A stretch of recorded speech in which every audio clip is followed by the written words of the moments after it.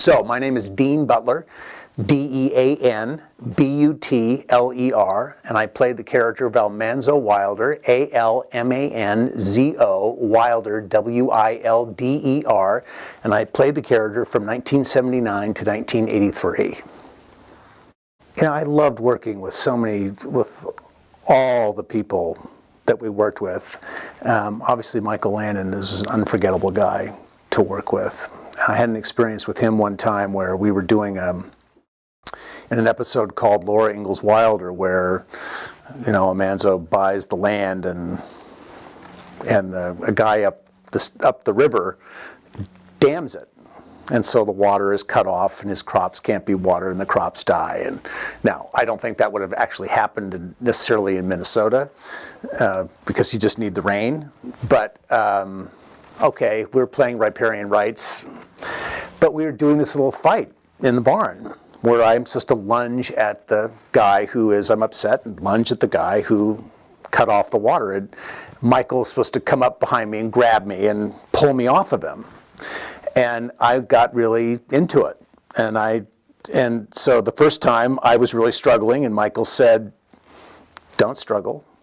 Just go limp as soon as I grab you and let me pull you off." And for some reason, that just didn't connect with me. Second take, I'm struggling, and Michael has to grab me really hard and pull me off. And he whispers a little more emphatically in my ear, "Do not struggle. Go limp." Well, 3 times was the charm, and I went at it the third time and didn't let up. And Michael literally threw me across the barn. He came up behind me, he grabbed me, and I was bigger than Michael, but he tossed me across the barn like a rag doll. And he came up to me, he said, "Do not struggle." It wasn't necessarily amusing, but it was memorable. Michael was a great director, and when he asked you to do something, you wanted to do it for him. And when you did it the way he wanted it done, he would always give you this little nice sign that it went well. And as an actor on the show, you always wanted to see that. So maybe that's really sort of a memorable thing, is getting a few of those for Michael, and I certainly got a lot of those over the years. You know, I think it would probably depend if Michael was working on something else. I kind of think I'm in God honesty, I don't think he would.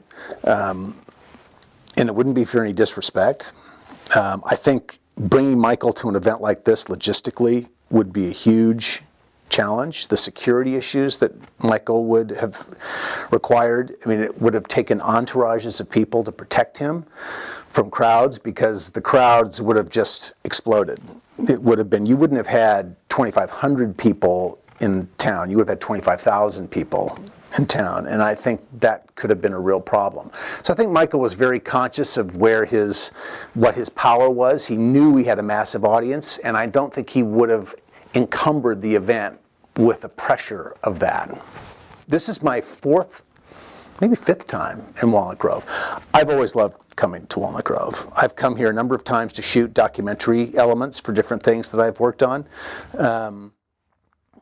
It's a very friendly place. You know, all of us have been very nicely greeted here whenever we've come here. And, you know, going to Plum Creek and looking down that view as you look towards the dugout through the trees, that's an iconic view where you know that going all the way back to the 1870s, the Ingalls girls were wading into that stream, and knowing that tens of thousands of little girls have come to this place and taken off their shoes and walked in that stream.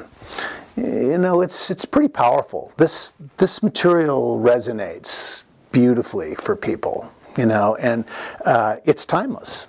You know, for our show, it was old when it was new, and as long as people are reading Laura Ingalls Wilder, people will always come to Walnut Grove.